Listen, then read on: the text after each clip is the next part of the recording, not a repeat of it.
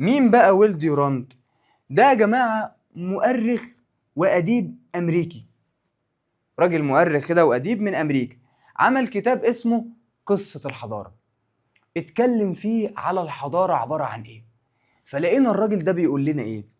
بيقول يا جماعة الحضارة عبارة عن نظام اجتماعي بيعين الإنسان على زيادة الإنتاج الثقافي.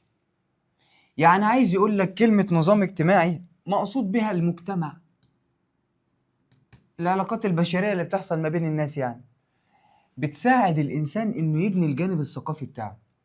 تخيلوا يا جماعة إن إحنا دلوقتي جبنا طفلين صغيرين، كل طفل فيهم ربناه عند أسرة مختلفة في العادات والتقاليد والثقافة والفكر.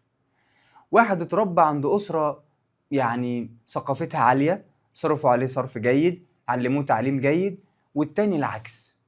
تعالى بعد 20 سنة، هل الشخصيتين هيبقوا زي بعض؟ مستحيل. يبقى معنى الكلام ده إيه؟ معنى الكلام ده إن البيئة أو المجتمع بتساعد الإنسان إنه يبني الجانب الثقافي بتاعه. فالراجل هنا راح قال جملة خطيرة جدا، قال لك أنت عشان تتكلم على الحضارة عمرك ما هتقدر تعمل حضارة وأنت بتعاني من اضطرابات وقلق. هو حضرتك بتقدر تذاكر وبره الأوضة بتاعتك في حد بيتخانق؟ أو أنت بتقدر تذاكر وأنت جاي من خناقة مثلا؟ مستحيل. يبقى لازم تبقى هادي وصافي الذهن كده علشان تعرف تذاكر.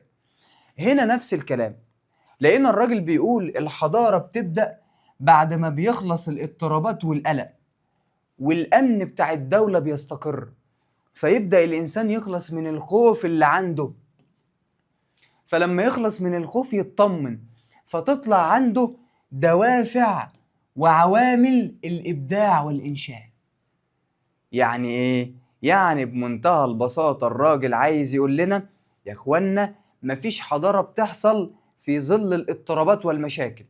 يعني هل يعقل إن دولتك تكون بتحارب وفي حالة عدم استقرار سياسي وتروح أنت تبني مصانع؟ مستحيل. يبقى الراجل بيقول بعد ما المشاكل بتخلص بتبدأ الحضارة. فهنا نستنتج إن في علاقة بين الاستقرار والاضطراب والأمن وقيام الحضارة. تقول لي يعني إيه؟ أقول لك يعني طول ما الإنسان مستقر يقدر يعمل حضارة. تبقى العلاقة بين الاستقرار والحضارة علاقة طردية. وهنا لما الإنسان بيضطرب ما بيقدرش يعمل حضارة، تبقى العلاقة بينهم عكسية. حلو أوي.